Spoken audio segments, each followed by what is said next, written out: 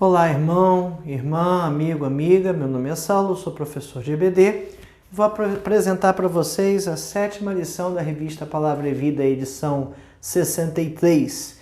A revista Palavra e Vida é editada pela Convenção Batista Fluminense, está disponível gratuitamente em batistafluminense.org.br. Você pode baixar e acompanhar os estudos. Esta edição 63 tem por título Motivações Cristãs. São estudos em 1ª e 2ª Pedro. E foram escritos esses estudos pelo pastor Samuel Mori de Aquino. A 7ª lição tem por título Aspectos do Serviço Cristão. E está baseado, o texto básico, em 1 Pedro 4, de 1 a 11. Ora, tendo Cristo sofrido na carne, armai-vos também vós do mesmo pensamento, pois aquele que sofreu na carne deixou o pecado, para que no tempo que vos resta na carne, já não vivais de acordo com as paixões dos homens, mas segundo a vontade de Deus. Porque basta o tempo decorrido para terdes executado a vontade dos gentios, tendo andado em dissoluções, concupiscências borracheiras, orgias, bebedices e em detestáveis idolatrias.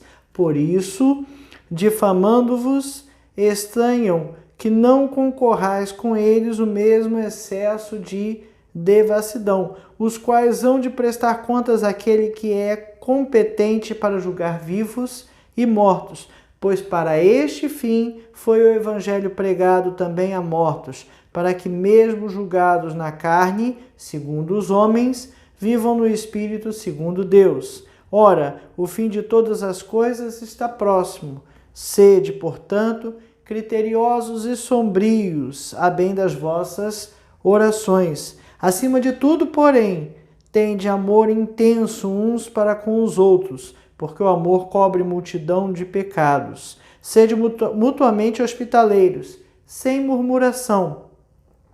Servi uns aos outros, cada um conforme o dom que recebeu, como bons dispenseiros da multiforme graça de Deus. Se alguém fala, fale de acordo com os oráculos de Deus. Se alguém serve, faça-o na força que Deus supre, para que em todas as coisas seja Deus glorificado, por meio de Jesus Cristo, a quem pertence a glória e o domínio pelos séculos dos séculos. Amém. Bom, vamos começar raciocinando ou pensando numa ilustração. Digamos que eu vá no médico, você vá no médico, o médico diga assim: olha, Saulo, você só tem 3 meses de vida. O que vem à cabeça nesse momento? Bom, se eu só tenho 3 meses de vida, eu tenho que usar muito bem esse tempo. Eu vou organizar as minhas finanças, eu vou organizar a minha vida, vou botar tudo em ordem, de repente preparo até meu enterro, que é para minha família não ter grandes problemas e ficar tudo ajeitado para quando eu for.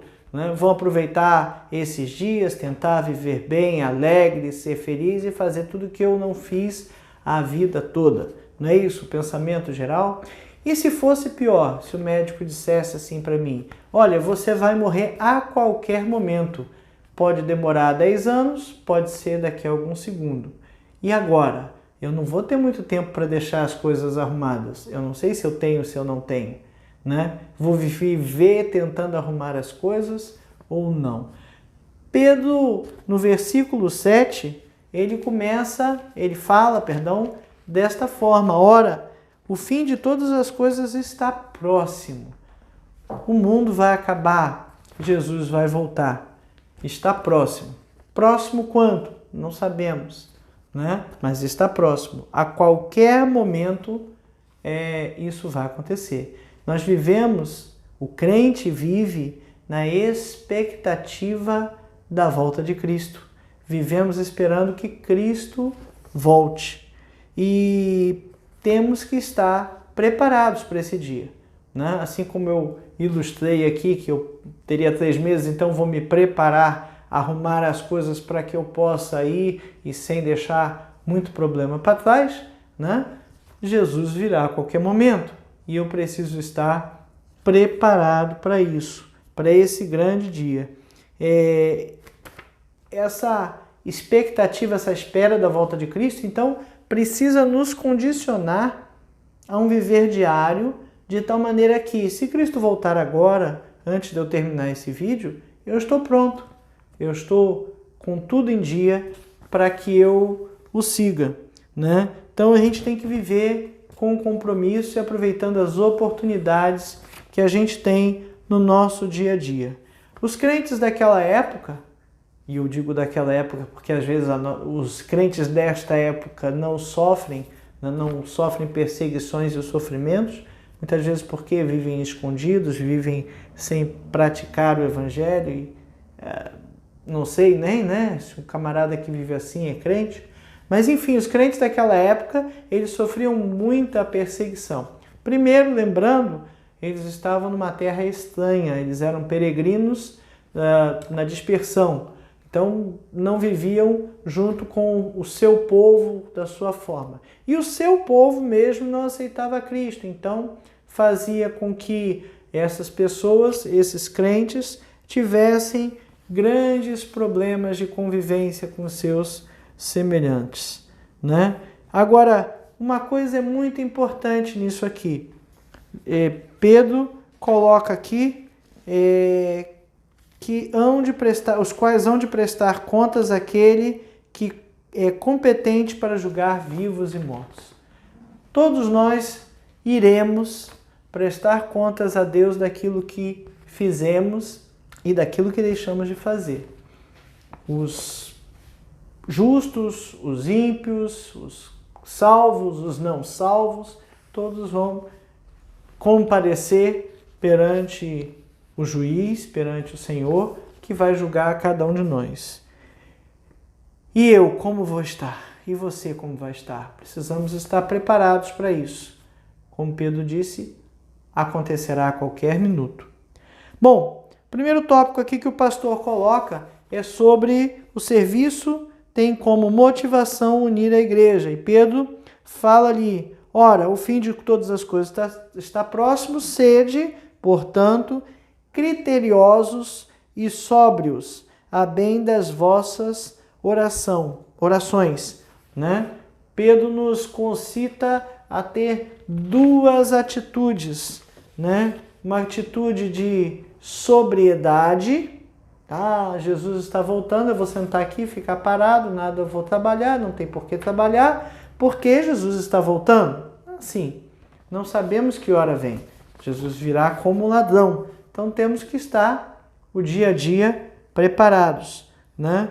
E sobriedade, sabendo fazer boas escolhas no nosso dia a dia, ok?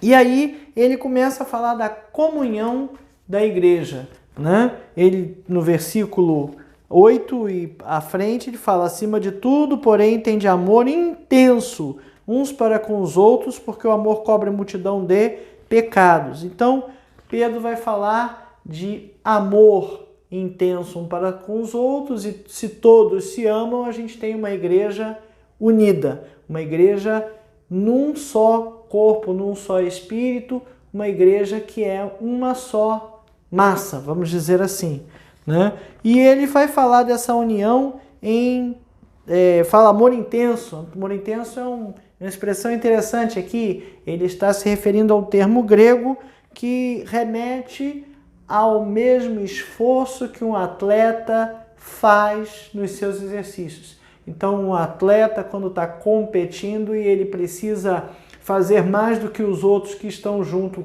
com ele, né?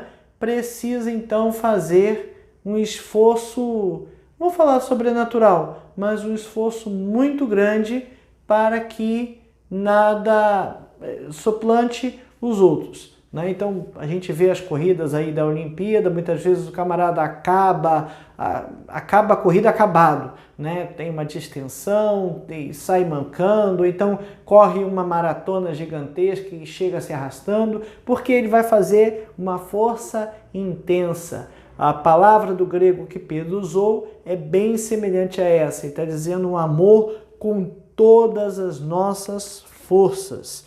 Então, não é só amar ao meu irmão, mas eu tenho que amar com todas as minhas forças, né? Nem precisa falar que é amor não fingido, né? É com todas as minhas forças.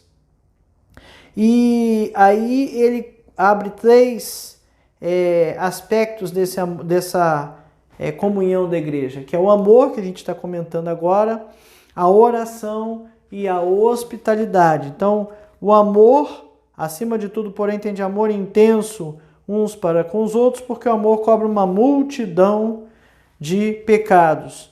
A oração, né, ele fala que é para que as vossas orações sejam criteriosos e sóbrios a bem das vossas orações. Então a oração, ela precisa chegar a Deus, e para isso a gente tem que estar sóbrio. Interessante que Pedro usa o aspecto da oração, talvez se referenciando a um mau exemplo que ele teve e ele aprendeu quando estava com Jesus no Getsemane com outros apóstolos. Foram chamados a orar por Jesus porque eles estavam num sofrimento intenso e eles fizeram o quê? Dormiram, né? Poxa vida, será que Pedro aprendeu alguma coisa com isso? Jesus veio e chamou a atenção deles e vigiai e orai para que não caiais em tentação. E Pedro quer transmitir isso à frente, né? Ele quer que sejamos atentos em nossas orações, né? A oração, ela funciona como uma ligação entre Deus e o homem. É a forma como eu, o homem, tenho de falar com Deus, falar abertamente com Ele. Orar é isso, é falar com Deus, né? Como que eu vou falar com Deus? Falando, como se eu estivesse conversando com alguém. E é importante fazer isso, né? Por vezes eu pego alguma hora que eu estou no trânsito, sozinho, dentro do carro, e vou conversando com Deus, né? A gente vai orando e vai abrindo o nosso coração. O terceiro aspecto que ele fala, então, oração, amor e hospitalidade. Hospitalidade sempre foi uma recomendação. Lá em Mateus 25, de 35 a 40, Jesus mesmo fala da hospitalidade. Porque tive fome e me destes de comer, tive sede e me destes de beber, era forasteiro e me hospedaste, estava nu e me vestistes, enfermo e visitastes, preso e fostes ver-me. Então perguntarão o justo: Senhor, quando foi que te vimos com fome e te demos de comer, ou com sede e te demos de beber? E quando te vimos forasteiros e te hospedamos, ou nu e te vestimos? E quando te vimos enfermo ou preso e te fomos visitar? O rei respondendo lhes dirás: em verdade vos afirmo que sempre que o fizeste a um desses pequeninos irmãos, a mim o fizeste, né? Então ele recomenda aqui que sejamos hospitaleiros. Jesus já fala então lá atrás. Naquela época não tinha muito hotel, estalagem ou essas coisas, né? Imagina que um crente perseguido pelo Estado romano não ia conseguir também se hospedar em qualquer lugar com a maior facilidade. Ele era quase que um criminoso. Você hospedaria um criminoso na sua casa? Não, né? Mas, naquela situação, outros crentes precisariam ajudar aqueles que precisavam de uma hospedagem, né? Então, precisava de hospitalidade. Bom, Paulo fala de hospitalidade em Romanos 12, 13. Tem o Atos e tem o Romanos aqui, Romanos 12, 13. Compartilhar as necessidades dos santos, praticai a hospitalidade. Em Atos 16 também teve uma outra referência à hospitalidade, a Lídia, né? A vendedora de púrpura, certa mulher chamada Lídia, Atos 16, 14 e 15. Chamada Lídia na cidade de Tiatira, vendedora de púrpura, temente a Deus, nos escutava. O Senhor lhe abriu o coração para atender às coisas que Paulo dizia. Depois de ser batizada, ela e toda a sua casa nos rogou, dizendo: se julgais que sou fiel ao Senhor, entrai em minha casa e aí ficai. E nos constrangeu a isso. Olha só. Timóteo, 1 Timóteo 3:2. É necessário, portanto, que o bispo seja irrepreensível, esposo de uma só mulher, temperante, sóbrio, modesto, hospitaleiro, apto a ensinar e outras características. Então, a carta de Paulo a Timóteo está colocando como uma das condições para ser pastor, né, que ele seja hospitaleiro. Né? E também temos Timóteo 5, 9 e 10. Né? Timóteo 5, versículos 9 e 10. Não seja inscrita, senão viúva, que conte ao menos 60 anos de idade, tenha sido esposa de um só marido, seja recomendada pelo testemunho de boas obras, tenha criado filhos, exercitada a hospitalidade, lavado aos pés dos santos, socorrido atribulados, se viveu na prática zelosa de toda boa obra. Então, Paulo está citando aqui de novo a questão da hospitalidade. E nos dias de hoje, como é que fica? Peraí, você não quer que eu abra minha casa para receber qualquer um? Bom, essa deveria ser a nossa ação. Nos dias de hoje, a violência e a forma como está, realmente ficamos extremamente preocupados com hospedar pessoas que não conhecemos em nossa casa. E muitas vezes essas pessoas são até no nosso círculo de amizade, convivemos com ela no trabalho ou na escola, mas não as conhecemos. Então, realmente fica bem complicado fazer isso, né? No entanto, na medida da possibilidade, é necessário que sejamos crentes hospitaleiros. Bom, o segundo tópico que o pastor Samuel coloca aqui é: o serviço tem como recurso os dons espirituais. Então, para eu trabalhar, eu preciso saber como trabalhar. Se eu vou trabalhar de datilografista, não existe mais, né? Que coisa feia. De digitador, eu tenho que saber digitar rapidamente no computador, não é isso? Se eu vou trabalhar fazendo páginas de internet, eu tenho que ter curso para fazer página de internet. E para trabalhar no reino, que curso que eu preciso? Para trabalhar no reino, Deus nos capacita para a obra. E Ele nos capacita para a obra através de uma coisa chamada dom espiritual. Dom espiritual, o crente recebe algum dom espiritual, pelo menos um dom espiritual, para que ele possa trabalhar no reino. Tem dom melhor, dom pior, dom mais popular, menos popular até tem, mas não há dom maior ou menor. Todos os dons são importantes. Se você tiver curiosidade, tem uma lista de dons lá em Romanos 12, de 4 a 8, em Efésios 4, de 8 a 14 e 1 Coríntios 12. Tem uma lista enorme de dons. Mas qual é o que precisa ser entendido? Que o dom é dado por Deus. Para quê? Para que eu abençoe o meu irmão, os meus irmãos. O versículo 10 fala assim, 1 Pedro 4, 10. Servi uns aos outros, cada um conforme o dom que recebeu, como bons dispenseiros da multiforme graça de Deus. Cada um serviu aos outros conforme o dom que recebeu. O dom espiritual, o dom que eu recebo de Deus para trabalhar na igreja, é para trabalhar na igreja. Parece óbvio, mas é importante frisar.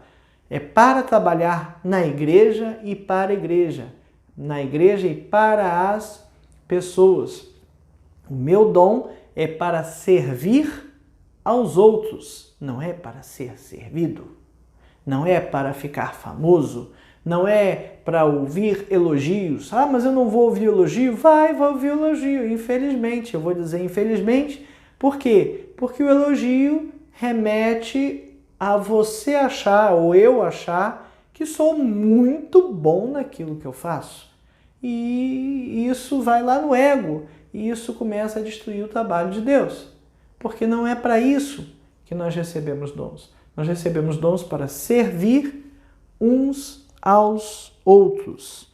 Como dispenseiro. Dispenseiro é aquele que cuida da dispensa, né? Então imagina que eu tenho uma mansão e pessoas para fazer a minha comida. Alguém tem que ficar lá olhando se a comida está acabando ou não, porque não dá para ter um supermercado no quintal de casa, né? Eu preciso ir lá no supermercado, comprar o que eu preciso e trazer. Alguém tem que fazer esse serviço. E tem que manter tudo em quantidades mínimas para que eu possa ter a comida que eu quiser, a hora que eu quiser. Então somos dispenseiros da multiforme graça de Deus. Os dons são nos dados de graça. Bom, esse aí é o próximo tópico, né? Mas eles são nos dados para o proveito de cada um, né? 1 Coríntios 12, de 4 a 7, nos remete lá, ora, os dons são diversos, mas o Espírito é o mesmo.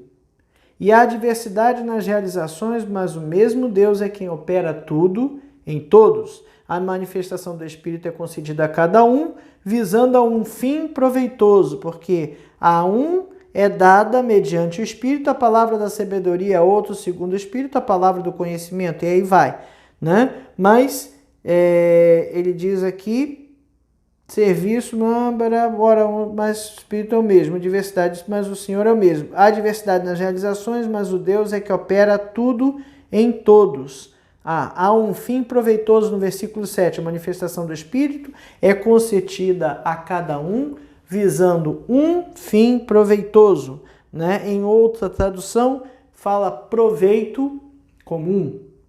Então, os dons que recebemos são para servir aos nossos irmãos, são para servir a nossa igreja.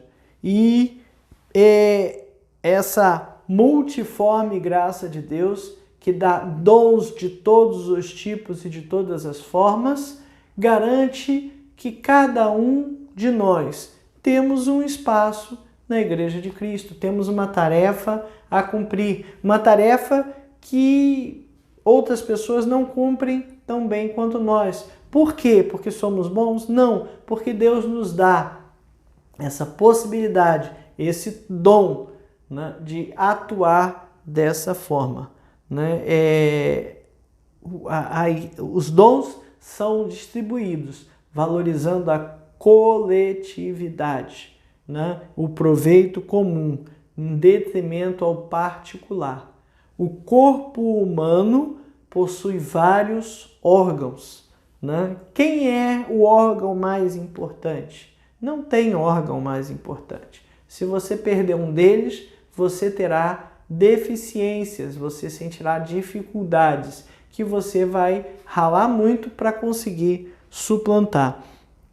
Então, precisamos descobrir quais são os nossos dons para que estejamos no centro da vontade de Deus, né? Para que todos juntos, cada um com o seu dom, contribua na Igreja de Cristo. Cada um faça a sua parte e o corpo como todo, né, junto auxílio de todas as juntas, né, funcione como corpo, funcione como uma coisa só, né, que é a Igreja de Cristo. Precisamos nos envolver, precisamos nos comprometer. É servir. Servir não é ser servido. E servir é serviço e dá trabalho. Serviço dá trabalho. Não é muito trocadilho, mas é importante que a gente entenda isso. Servir numa igreja dá trabalho. Dá aborrecimento? Dá, mas a gente não pode se aborrecer. Eu vou me zangar com irmãos? Vou me zangar com eles. Mas a gente tem que aprender a superar isso. Porque estamos fazendo trabalho para a igreja, mas visando o reino. Isso é importante. Os dons terceiro tópico, o serviço se desenvolve pela manifestação da graça, né? Então, voltando lá, a 1 Pedro, a multiforme graça de Deus, como bons dispenseiros da multiforme graça de Deus. Todos esses dons e toda essa capacitação é dada de graça por Deus, assim como nossa salvação foi nos dada de graça, imerecidamente, favor imerecido. Eu não mereço ser salvo porque eu não fiz nada que prestasse. Ninguém fez nada que prestasse e que merecesse ou fizesse jus à salvação. Da mesma forma, os dons são capacidades sobrenaturais. Eu não gosto muito dessa palavra quando a gente fala sobrenatural, porque as pessoas imaginam mágicas e poções e coisas flutuando. Quando está falando de sobrenatural, o pessoal imagina isso. Mas você, de repente, atuar de uma forma que você não imaginava nem que podia fazer, é algo sobrenatural, sim. É algo que Deus coloca em nossos corações, né? E a gente precisa entender que as coisas funcionam dessa forma. Eu toco piano na igreja desde adolescente e foi interessante a minha experiência porque eu estudava piano numa escola, mas não conseguia tocar os hinos na igreja. E até que um dia veio um americano na minha igreja, eu ainda era adolescente, e acompanhando o americano veio uma colega de turma que era tradutora. E ela chegou na minha igreja e tocou os hinos no culto da minha igreja, né? Isso me deixou com inveja? Talvez tenha me deixado com inveja. Talvez tenha me deixado aflito porque eu estava com um nível técnico parecido com o dela, talvez, e não estava desenvolvendo o que ela desenvolvia, o que faltava, né? E a gente cantava um hino naquele dia lá, maravilhas poderosas, outros povos vem, derrama as mesmas bênçãos. Aí eu cantei assim, sobre mim também é Cristo, Mestre, ouve com favor. Enfim, a partir daquele momento eu busquei algumas oportunidades para tocar na igreja nos momentos que era possível e ali eu fui começando a tocar e graças a Deus eu toco até hoje.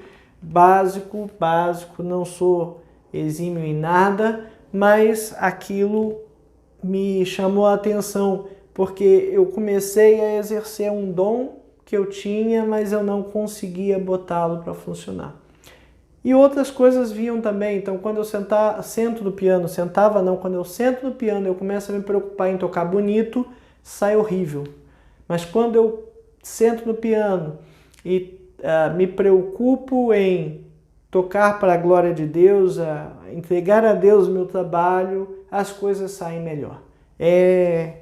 Não tem como dizer que isso não é sobrenatural, né? Isso é sobrenatural.